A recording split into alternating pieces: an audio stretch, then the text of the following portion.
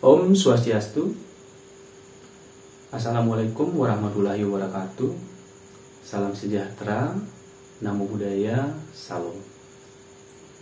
Perkenalkan, nama saya Inyo Manarto Suprapto, dosen pada Prodi D4 Manajemen Pariwisata, Institut Pariwisata dan Bisnis Internasional atau disingkat IPB Internasional.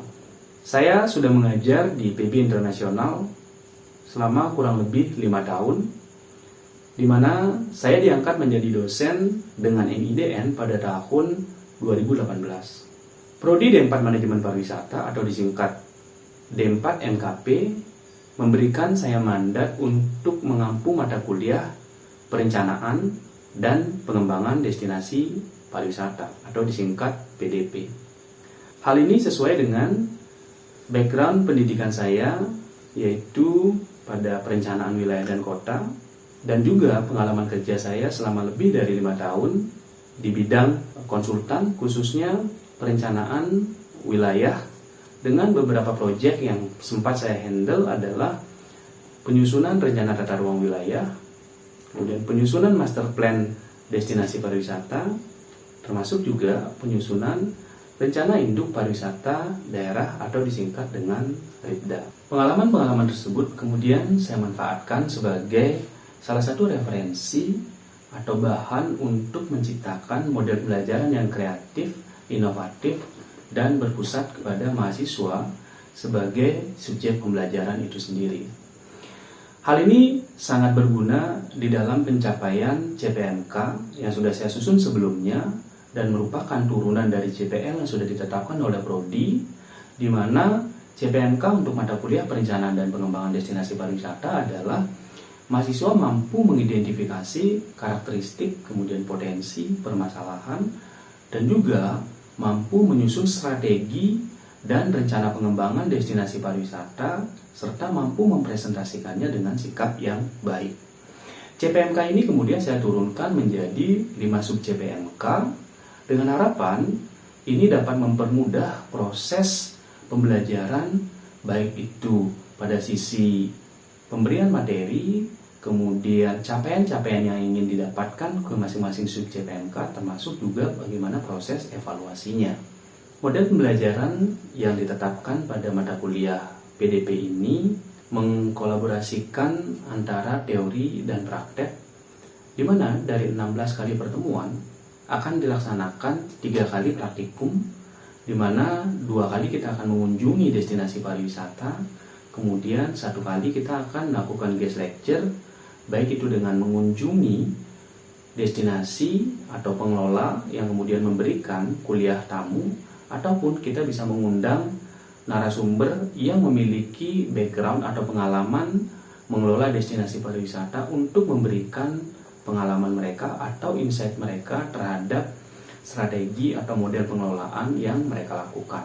Untuk mengoptimalkan proses pembelajaran, IPB Internasional sudah menggunakan e-learning sebagai salah satu media pembelajaran berbasis Moodle, yaitu LMS, Learning Management System, yang sudah digunakan pada setiap mata kuliah, termasuk juga mata kuliah perencanaan dan pengembangan destinasi pariwisata.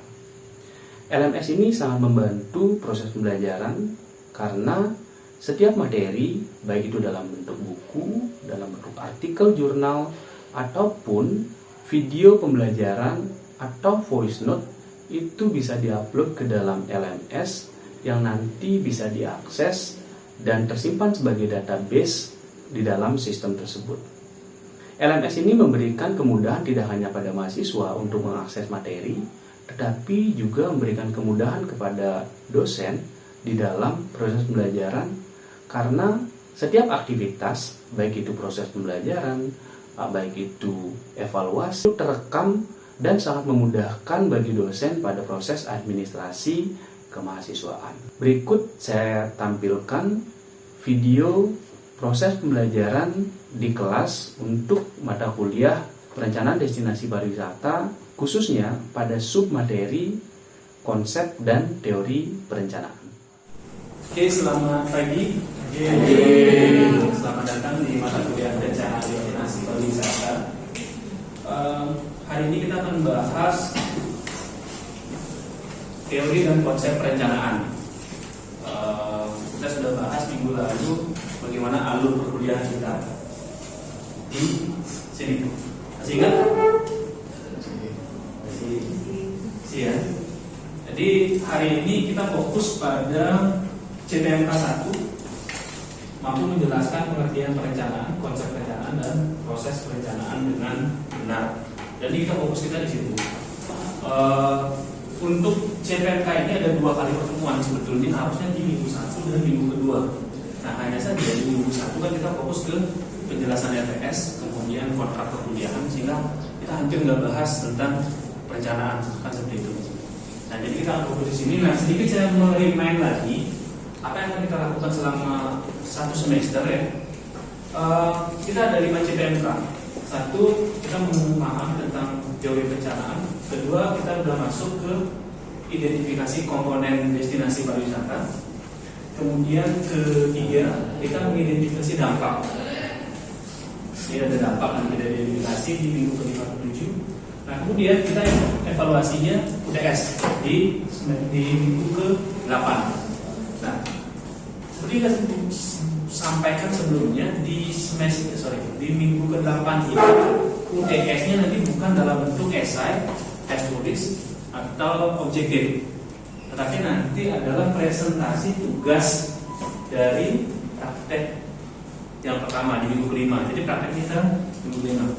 Kemudian ke CPMK 4, di sini ada beberapa kali pertemuan, fokus kita adalah analisis. Jadi kita sudah tahu bagaimana identifikasi destinasi itu seperti apa komponennya, kemudian dampaknya kita pelajari di sini, kemudian nanti di sini kita coba analisis. Tools yang kita gunakan adalah analisis SWOT. Analisis SWOT untuk mengetahui kira-kira strateginya apa. Nah seperti itu. Tadi ini nanti baru kemudian CPMK 5 kita fokus untuk menyusun rencana pengembangannya, strateginya. Nanti di sini output kita ya, saya sampaikan sebelumnya adalah nanti kalian bisa menyusun sebuah rencana pengembangan sebuah destinasi pariwisata. Outputnya seperti itu. Yang nanti kita ada praktek lapangan terakhir di minggu ini ya. Kemudian nanti hasilnya kita akan presentasikan sebagai UAS. Seperti yang saya janjikan sebelumnya, harapan saya sebetulnya nanti katakanlah ada 3 atau 4 kelompok, kalian bisa outputnya adalah sebuah artikel jurnal yang dipublikasikan. Sehingga kalau bisa seperti itu, maka nanti saya pastikan kelompok tersebut yang bisa publikasi artikel jurnal sudah pasti nanti kalian fleksibel bisa mengikuti UAS atau tidak. Tetapi kalau kalian sudah terpublikasi seperti itu, berarti sebenarnya sudah saya pastikan kalian sudah lulus dengan nilai A. Kelompok tersebut ya.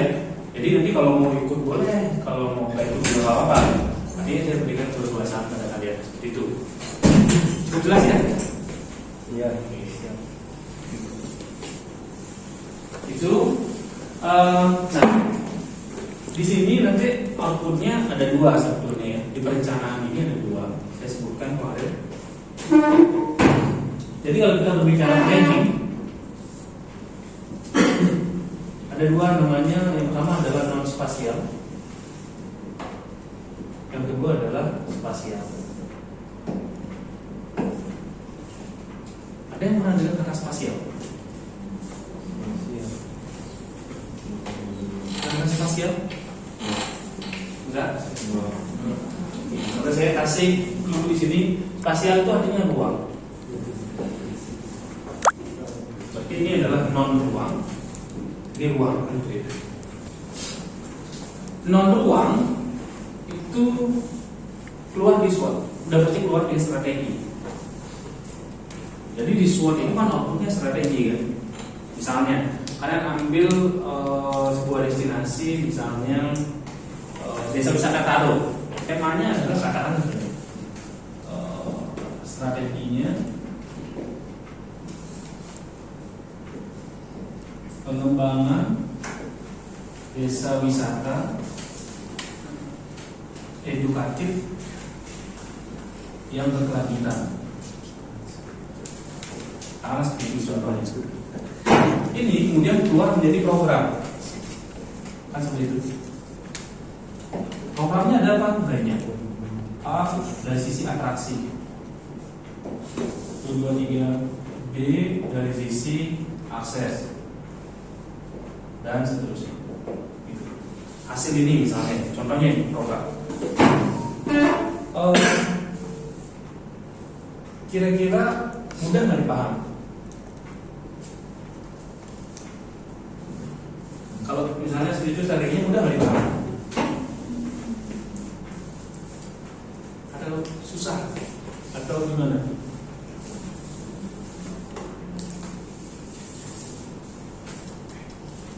Gimana? Susah? Gampang? Nggak kebayang? Nggak kebayang. Karena kalian belum nyusun strateginya ya. Jadi belum ada bayangannya, susah juga. Ini output dari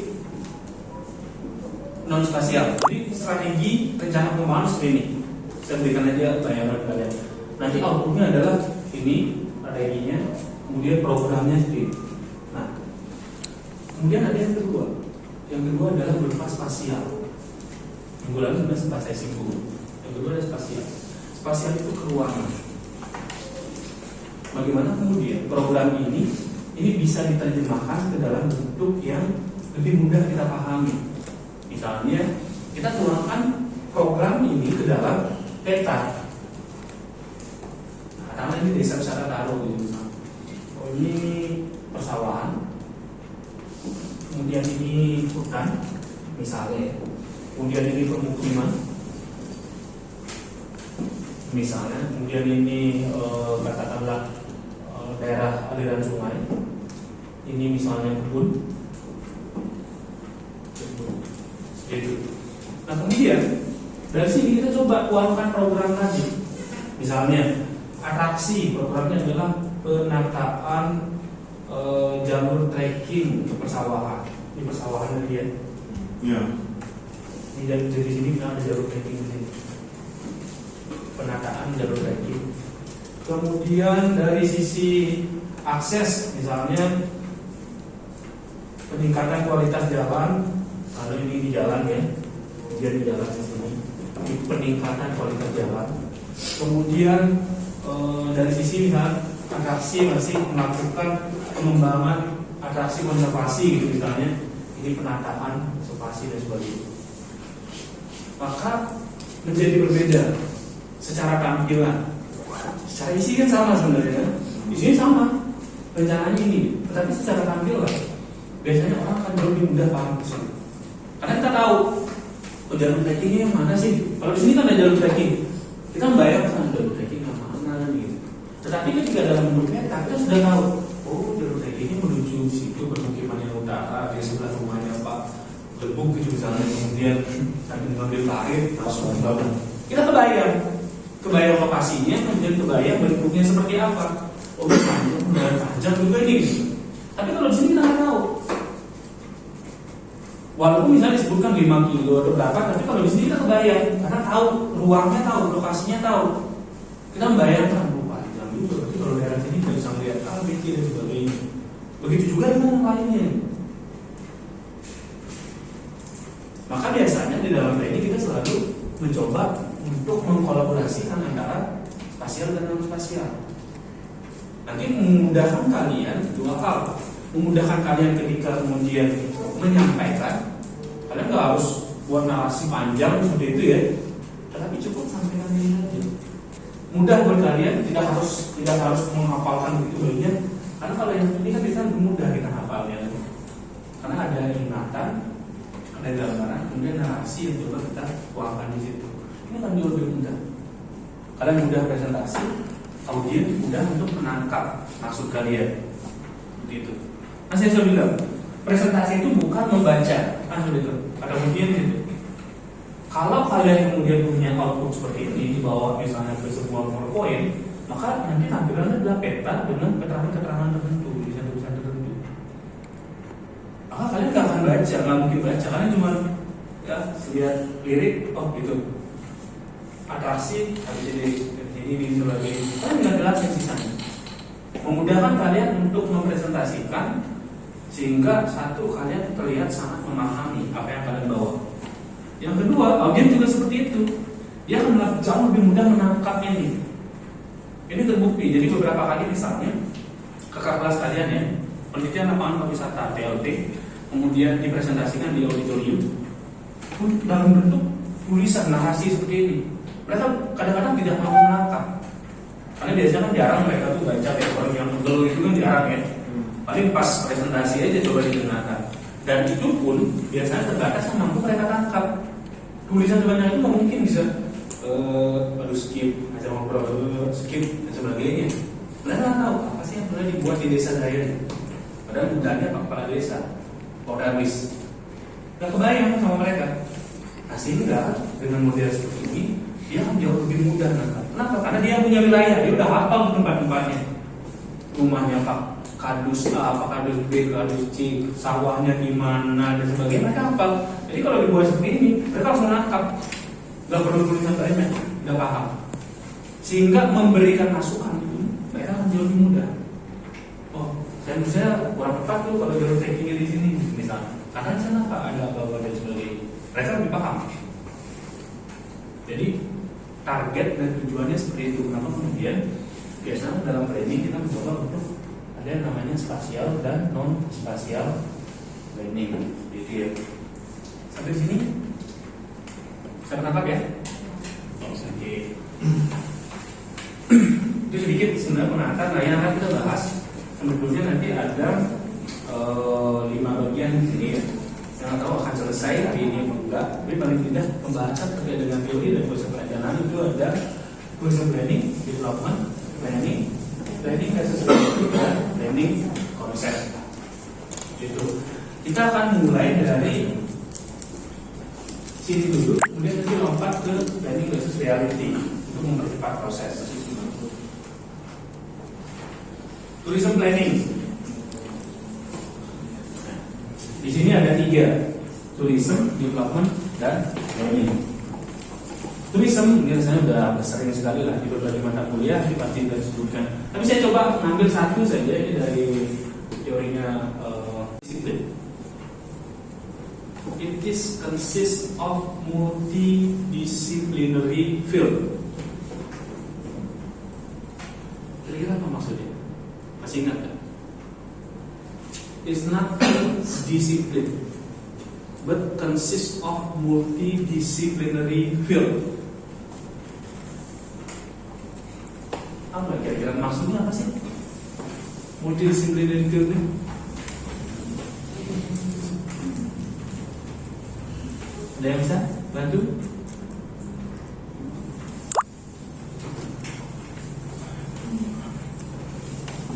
Coki? Oh ya, silakan. Silakan. Jadi tulisan itu bukan cuma sebuah bidang, melainkan gabungan dari beberapa bidang. Contohnya? Itu ada geografi, ada ekonomi. Oke, ya, betul sekali. Kadang orang salah persepsi bahwa ini sebenarnya bukan bidang ya, tetapi lebih kepada satu diskursus ya, satu diskursus di mana pariwisata itu dia tidak berdiri sendiri, beda hanya misalnya dengan kimia, matematika dan sebagainya. Dia benar-benar sendiri gitu. Nah, pariwisata kita tidak pernah belajar pariwisata as it's tourism only. Kita tidak bisa dianggap ahli pariwisata kalau kita hanya tahu teori misalnya apa itu pariwisata, kemudian apa itu destinasi dan sebagainya. Kita harus tahu komponen lain. Kita di semester 1 belajar geografi pariwisata. Kita harus tahu bentukan bumi itu seperti apa. Kita tahu yang namanya pembagian waktu. Karena kalau kita tidak tahu, nanti kita tidak paham bagaimana sih sebetulnya karakteristik destinasi kita. Kita juga belajar terkait dengan lingkungan. Kita belajar tentang sosial. Jadi dia multidisiplin. Kalian juga belajarnya cukup banyak. Ada lintas budaya, ada belajar terkait dengan ekonomi juga, akuntansi juga. Karena dia menjadi satu kesatuan. Itulah pariwisata. Ya, saya bisa disinggung. Nah, yang menarik ada development dan planning. Apa kira-kira perbedaan antara development dan planning?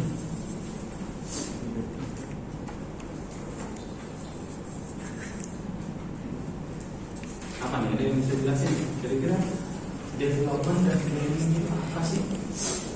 Kira-kira bedanya?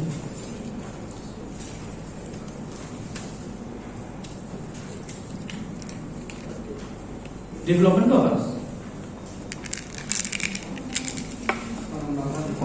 Pengembangan. Planning itu rencana, achievable ya. Tapi kalau kemudian diterjemahkan, apa sih bedanya adalah pengembangan dan perencanaan? Kalau perencanaan itu ya cuma sekedar aja. Kalau pengembangan itu pasti udah pasti gitu. Oke, kalau perencanaan itu sekedar apa maksudnya ini?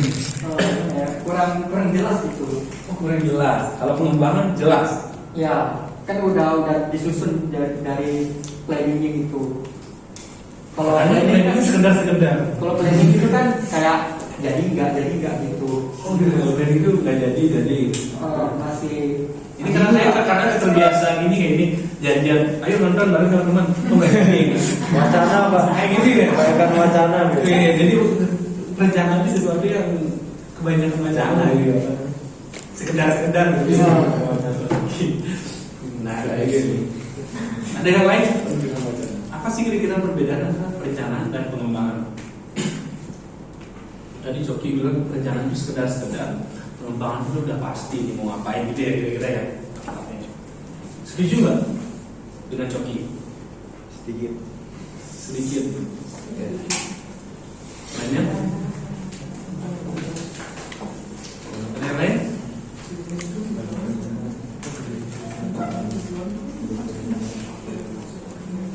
Nggak ada yang ini menyanggah Coki nggak setuju gitu?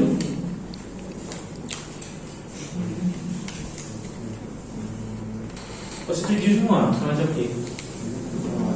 Perencanaan itu sekedar pengembangan itu yang lebih serius gitu ya? Gimana?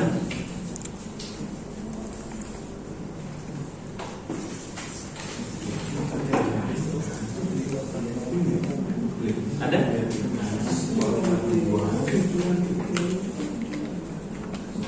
Ada nggak? Oh iya, silakan. Kalau development tuh kayak ngembangin gitu. Kalau planning itu cara kita buat ngembangin gitu. Kalau development tuh? Pengembangan. Nah, kalau planning itu cara kita supaya ngembangin itu. Oke, yang ini lebih menarik. Jadi development itu bersumber pengembangan, kemudian planning itu gimana cara membanginnya gitu ya? Iya. Oke, satu poin yang menarik. Ada lagi? Kelas. Ayo silakan, nggak apa-apa. Nggak usah takut kalah ya. Saya lebih senang kayak interaktif. Saya juga bisa tahu apa yang ada di pikiran kalian. Ada lagi? Satu hal yang menarik adalah, jadi bukan sekedar ya, planning ini sebenarnya justru menjadi sebuah basic. Ya. Kalau tadi saya sepakat bahwa development itu pengembangan. Yang perlu kita pahami begini, destinasi itu yang kita lihat sekarang ada yang dia benar-benar dari nol. Kalian pernah lihat siklus hidup destinasi gitu ya? Ada yang dia baru ditemukan, ada yang dia sudah mulai decline. Ketika kita masuk pada posisi katakanlah di sini, berarti kita mencoba untuk mengembangkan. Kenapa? Karena kita baru masuk di sini. Tetapi kalau kita masuk di sini, berarti kita totally planning di sini. Kita lihat timeline. Kalau kita masuk di sini, berarti kita totally planning. Tapi kalau kita masuk di sini, kita development. Itu ya, paham dari gambar. Nah, bedanya apa? Kalau kita totally planning, berarti kita mulai dari nol. Kita menentukan goalsnya dulu, kemudian strateginya apa, instrumennya apa, siapa saja terlibat, itu masuk di sini. Tetapi kalau pengembangan biasanya kita melihat dulu kondisinya sejauh ini seperti apa, apakah ada problemnya di mana dan sebagainya, apakah goalsnya ini sudah nyambung dan sebagainya, baru kemudian kita bikin planning juga, gitu ya. Jadi bukan berarti dia nggak ada planning, dia tetap di planning di sini. endingnya dia di planning juga. Karena nggak mungkin kita bikin satu pengembangan tanpa perencanaan. Harus ada dasar dulu nih. Pengembangannya adalah pada sisi atraksi. Kita harus tahu kondisi atraksinya apa, step by step yang akan kita lakukan dalam pengembangan itu apa. Sehingga kita perlu ini namanya perencanaan. Kondisinya tertentu. Ada yang dia baru benar-benar mulai, ada yang sudah berkembang. Sehingga tergantung kita masuknya di mana. Kalau kita masuk di sini di awal berarti kita totally planning. Kalau di sini kita masuk ke development atau pengembangan. Nah, masing-masing kita tetap menyusun perencanaan di situ. Sehingga sebetulnya planning ini dia jauh lebih luas lingkupnya dibandingkan dengan development. Oke, sampai di sini tangkap. Oke. Nah, kita skip dulu. Kita langsung masuk ke sini. Oke. Silakan buat kelompok. Ada 4 kelompok di kelas ini. Kemudian masing-masing kelompok akan melakukan analisis terhadap sebuah artikel. Nanti artikelnya akan saya kirim di WA group. Kemudian identifikasi teori perencanaan yang digunakan di dalam artikel tersebut dan bagaimana realisasinya. Kemudian presentasikan hasil identifikasi artikel yang sudah di-review tersebut. Jadi nanti saya akan berikan waktu 30 sampai itu sampai jam berapa nanti? 11.45. Oke, 11.45. 11.55 Pak. Oke, kita masih cukup waktu lah ya untuk presentasi. Berarti saya berikan waktu 30 sampai 35 menit. Nanti masing-masing kelompok untuk berdiskusi. Silakan baca dulu artikelnya, kemudian review. Cari dia teori perencanaan yang digunakan di situ. Contoh misalnya ada teori equity gitu. Teori equity itu terkait dengan kesetaraan. Kemudian ada teori bottom up. Teori bottom up itu artinya teori perencanaan yang disusun dari bawah.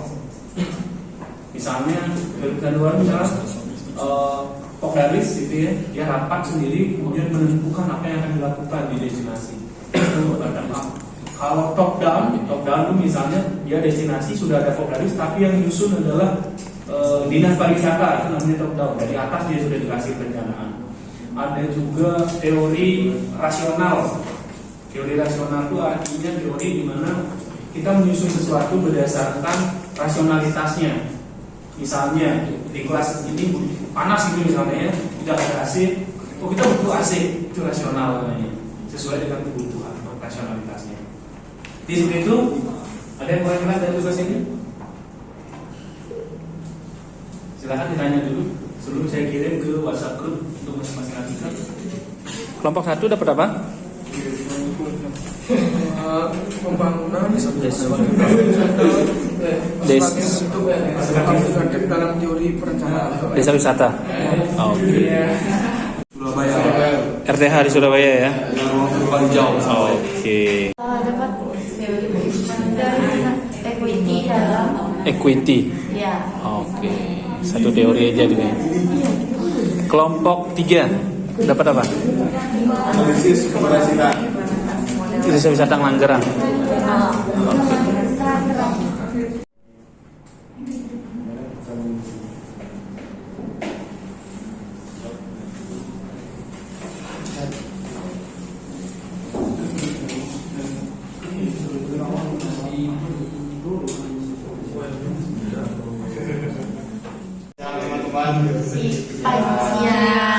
Sekarang kami akan mempresentasikan tentang artikel RTH di Surabaya. Jadi sebelum kami memulai presentasi, apa sih itu RTH? Nah, RTH itu adalah ruang terbuka hijau yang nantinya gunanya untuk sebagai penghijauan di kota. Sesuai yang teman-teman ketahui, di kota itu sangat padat dengan berbagai macam alasan. Selain lingkungan, itu ruang terbuka hijau itu sangat penting. Nah, dalam artikel ini itu terdapat dua planning, yaitu mereka menggunakan dua teori, yaitu teori rasional komprehensif dengan teori rasional dan teori perencanaan wilayah kota. Adanya ruang terbuka hijau ini, kelestarian lingkungan dapat dinikmati oleh generasi-generasi berikutnya, yang mana adanya lingkungan yang lestari dapat menciptakan daya dukung terhadap pelaksanaan gaya hidup sehat. Oke. Ada yang mau ditanyakan dulu? Kayaknya fokus. Ya, Masih ya. Oke, saya coba konfirmasi saja. Jadi di situ ada berapa teori rencana? 2. Apa aja? Teori komprehensif, teori rasional komprehensif dengan teori penataan nilai kota. Oke. Apa sih itu teori? Biar teman-teman yang lain juga tahu ya. Teori rasional komprehensif itu apa sih? Teori rasional komprehensif itu adalah teori yang berdasarkan logika. Jadi teori tersebut itu timbul atau dibentuk dengan pola pikir orang yang membentuk teori tersebut. Jadi contoh nih, aku dan Jason, saya dan Jason kayak bilang kita mau beli sesuatu, Jason mau beli beng-beng, saya mau beli gelas. Jadi itu kan percakapan berdua. Jadi simpelnya itu teori rasional komprehensif tersebut tidak didukung oleh adanya data. Kayak jika kita membuat suatu artikel ilmiah itu landasannya data, kuantitatif, jadi kayak kuantitatif gitu. Terus yang dengan berhubungan Perencanaan wilayah. Yang kedua, perencanaan wilayah. yang kedua itu adalah teori tentang perencanaan wilayah kota. Nah, teori perencanaan wilayah kota ini adalah teori yang berdasarkan data. Jadi badan statistik yang ada di Surabaya itu mendukung teori tersebut. Nah, jadi simpelnya teori perencanaan wilayah kota itu adalah teori yang sudah terstruktur, teman-teman. Jadi mereka membuat teori, tapi udah ada nih kayak faktor-faktor yang mendukung adanya teori tersebut. Contoh misalnya ada banjir. Kan anggap di desa banjir nih. Nah, di mana-mana sih wilayah-wilayah yang ada banjir. Contohnya di Mambonyol dan di Garut itu kan udah ada datanya. Jadi ketika pemerintah mengeluarkan dana itu tidak salah sasaran. Nah, maka dari itu dengan adanya teori perencanaan wilayah kota ini itu 80% sudah tidak ada perdebatan lagi tentang kenapa di sini, kenapa di situ. Nah, dengan jika dengan adanya teori itu doang itu sudah dapat tercapai, kenapa harus ada teori rasional komprehensif lagi? Nah, teori rasional komprehensif tersebut adalah gambaran kayak tidak semua hal-hal yang kita lihat itu sesuai dengan data. Ada juga masalah-masalah yang tidak terdeteksi oleh data. Maka dari itu dengan RTH yang kita bahas sekarang itu memiliki dua teori. Oke, nah terakhir, kira-kira nih antara realisasi dengan tadi teori yang digunakan itu udah match atau ada pergeseran atau seperti apa? Nah, dengan teori yang dua tadi itu rasional komprehensif dengan wilayah kota itu udah match, Pak. Jadi dengan yang dibilang Yosef tadi kan beberapa faktor yang mempengaruhi tingkat kualitas udara Surabaya itu yang kayak polusi kendaraan motor, pabrik. Nah, mungkin Yosef tadi lupa jelas itu di Surabaya itu sangat padat pabrik, teman-teman. Jadi sebelum adanya RTH ini ruang terbuka hijau di sana itu sangat minim.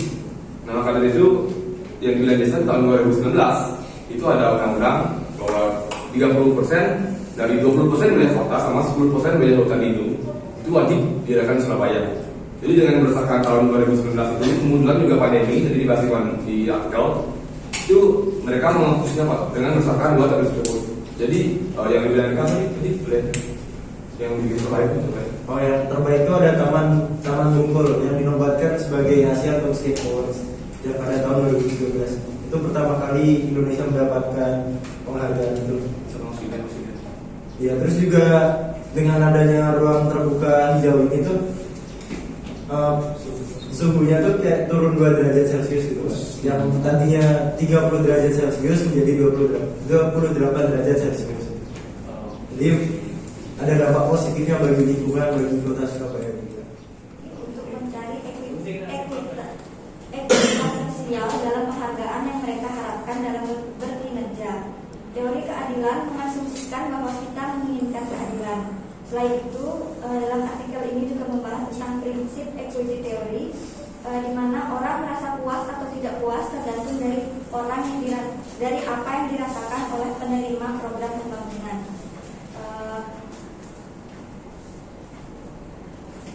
Selanjutnya akan dijelaskan oleh Helen. Kemudian langsung membahas permasalahan dari artikel ini. Tidak jauh-jauh dari kehidupan kita sekarang, itu banyak banget orang-orang bilang kalau misalnya perencanaan pembangunan itu merupakan salah satu permasalahan Equity itu apa? keadilan sederhana ya. Iya. Nah, kira-kira dari artikel tersebut apakah teori perencanaan ini sudah diimplementasikan dengan baik atau masih ada kendala? Kalau diterapkan di Seluruh Indonesia. diterapkan sebelumnya Iya, iya. bisa Belum diterapkan. Iya. Oke. Tapi Pak, maaf ya Pak, Ya. yang kita pada tahun 2019, Pak Ahok sendiri sudah mulai melaksanakan teori ini. Akan tetapi banyak yang merasa akan tetapi Pak Ahok itu mendapatkan permasalahan baru dalam teori ini. Dalam pelaksanaannya. Realisasi. Jadi teori yang digunakan untuk mengembangkan desa wisata Kelanggeran Gunung Kidul Yogyakarta ini, dia diorientasikan bahwa masyarakat memiliki peranan yang dominan daripada pemerintah.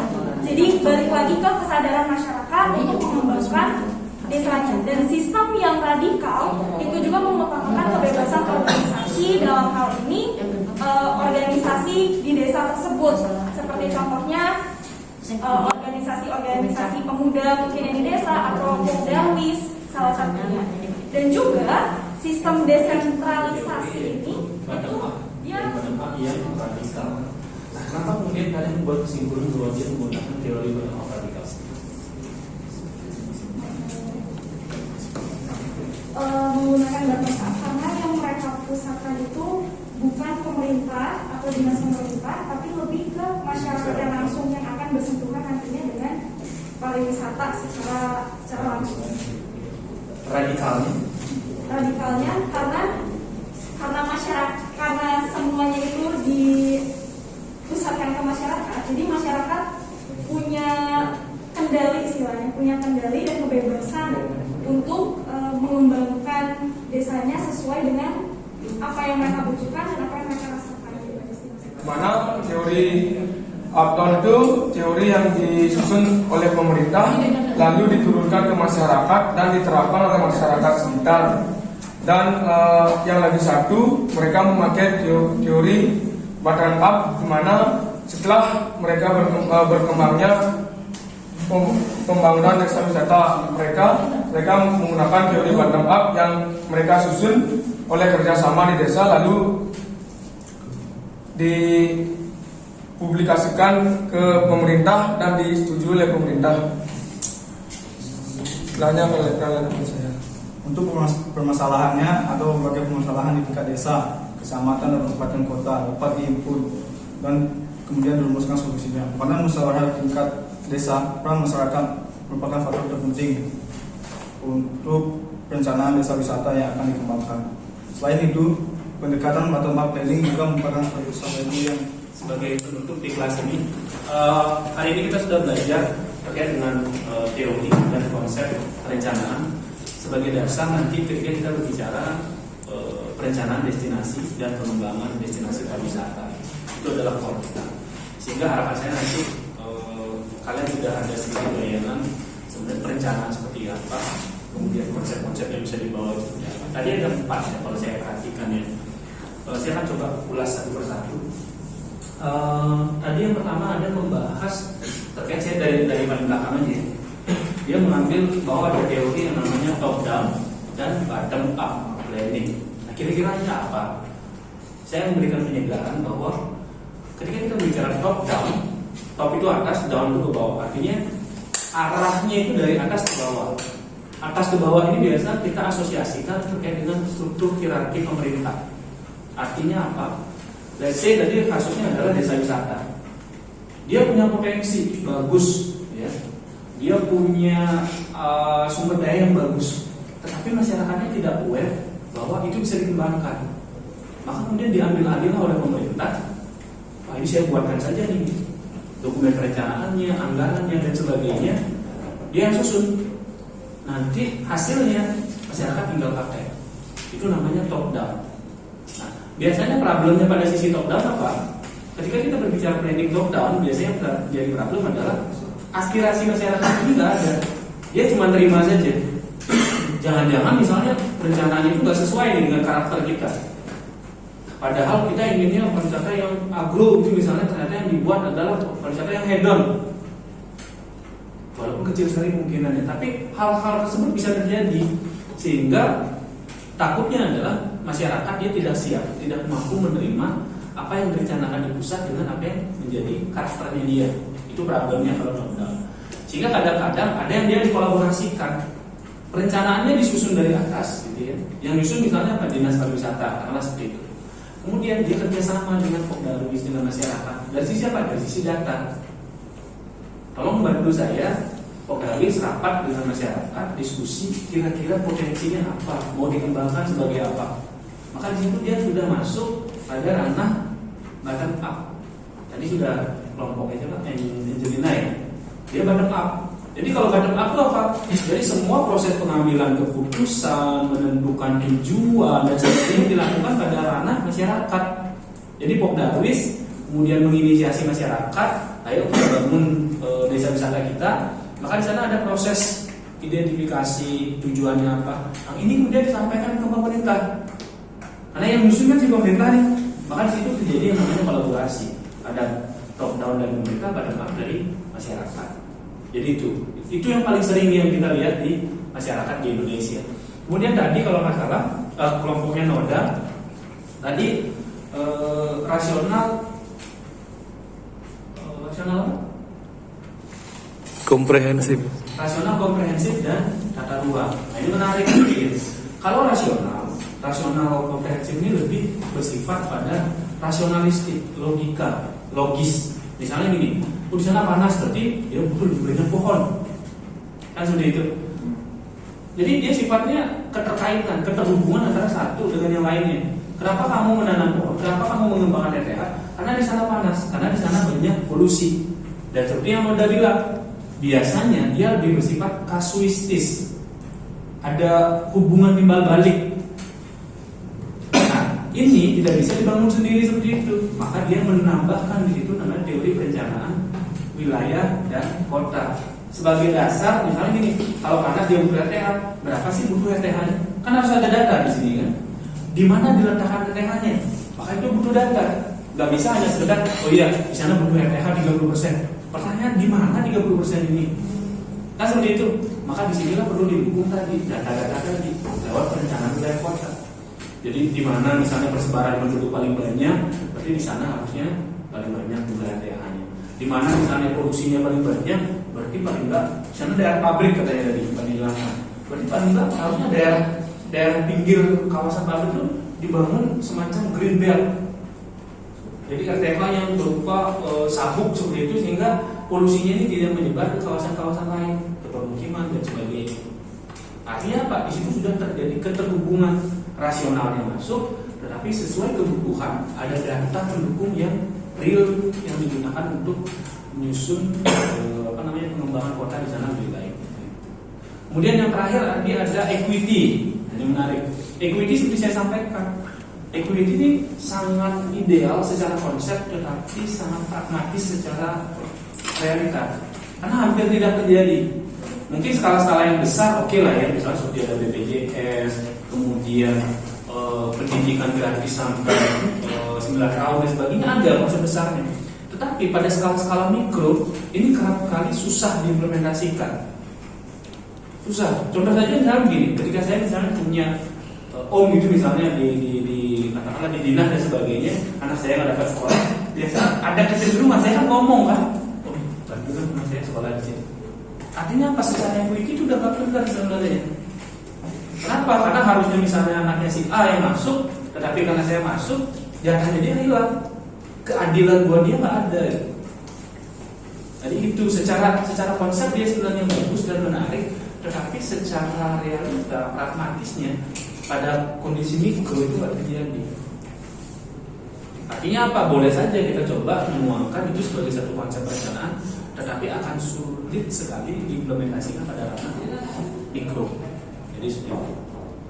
Oke, jadi itu ya, kita sudah belajar ada 4 bottom up, kemudian ada top down, kemudian ada teori rasional pragmatik dan teori equity. Ini hanya beberapa bagian saja. Ya, konsep pendekatan di dalam pertanyaan ada banyak sekali, nanti bisa kalian explore lebih banyak. Dan ini yang kita bahas minggu depan, bukan sisanya ya. Tapi minggu depan nanti di pertemuan akan kita bahas. Jadi ada tugas, ini mati ya mas ya. Tadi saya share PowerPoint-nya. Di sana ada bagian slide terakhir ada tugas. Tugasnya masih dengan kelompok yang sama. Silakan cari sebuah destinasi.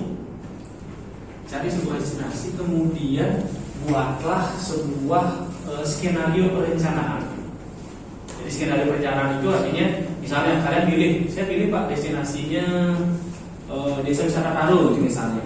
Di situ pertama skenario apa yang akan kalian lakukan di dalam menyusun perencanaannya. Misalnya, saya akan menentukan tujuannya dulu Pak. Desa Karo saya ingin menjadi desa yang ramah anak gitu, katakanlah seperti itu misalnya. Kalian tentukan, sebutkan. Pertama saya menentukan tujuan, langsung tujuannya apa. Yang kedua, saya akan mengambil data gitu misalnya. Datanya apa saja. Kemudian yang ketiga, saya akan melakukan diskusi dengan Pemdamis, dengan masyarakat, dan seterusnya sampai selesai, sampai akhir.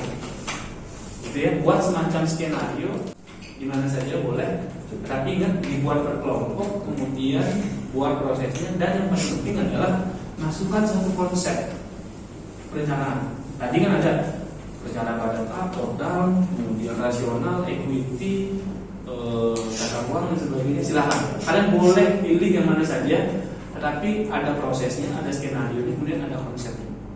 Nanti dibuat di dalam bentuk PowerPoint ya per kelompok, kemudian nanti PowerPoint-nya disubmit. Karena kita nggak pakai LMS, jadi nanti submitnya adalah di WA group H-1 sebelum hari Senin, hari Minggu. Oke, cukup jelas kira-kira? Jelasnya juga jelas, kemudian tadi datanya sudah cukup jelas juga secara teori dan konsep perencanaan. Sebelum saya akhiri, ada yang mau ditanyakan dulu? Ya. Enggak, destinasi, jadi nggak bisa ada, itu contoh saja. Misalnya bisa jadi contohnya adalah, saya ambil ini aja Pak, Pemujaran gitu misalnya, boleh. Saya ambil Amben aja Pak, boleh. Saya ambil Tulamben aja, nggak masalah. Nggak harus desa wisata. Ada lagi? Beleleng. Mulainya? Oh, enggak. Cukup jelas ya? Oke, karena cukup jelas, katanya sudah tidak ada pertanyaan. Saya akhiri sampai di sini. Sampai jumpa lagi minggu depan. Kedua, membuat checklist data yang akan diobservasi dan daftar pertanyaan atau pedoman wawancara kepada pengelola, masyarakat, ataupun wisatawan yang berkunjung ke destinasi pariwisata yang akan dituju.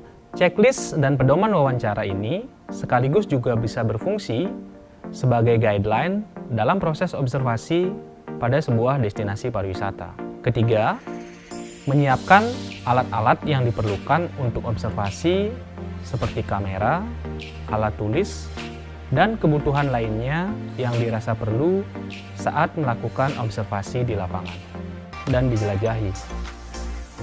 Aktivitas alam seperti pendakian dan camping menjadi salah satu pilihan yang sangat menarik untuk dilakukan dan banyak dipilih, baik itu oleh wisatawan asing maupun wisatawan lokal. Selain daya tarik alam, Kintamani juga menawarkan daya tarik religius dan daya tarik budaya. Pada destinasi ini, banyak terdapat pura dengan sejarah panjang yang terkait dengan peradaban manusia di Bali. Belum lagi, ada banyak sekali desa-desa tradisional yang masih memegang teguh tradisi yang mereka warisi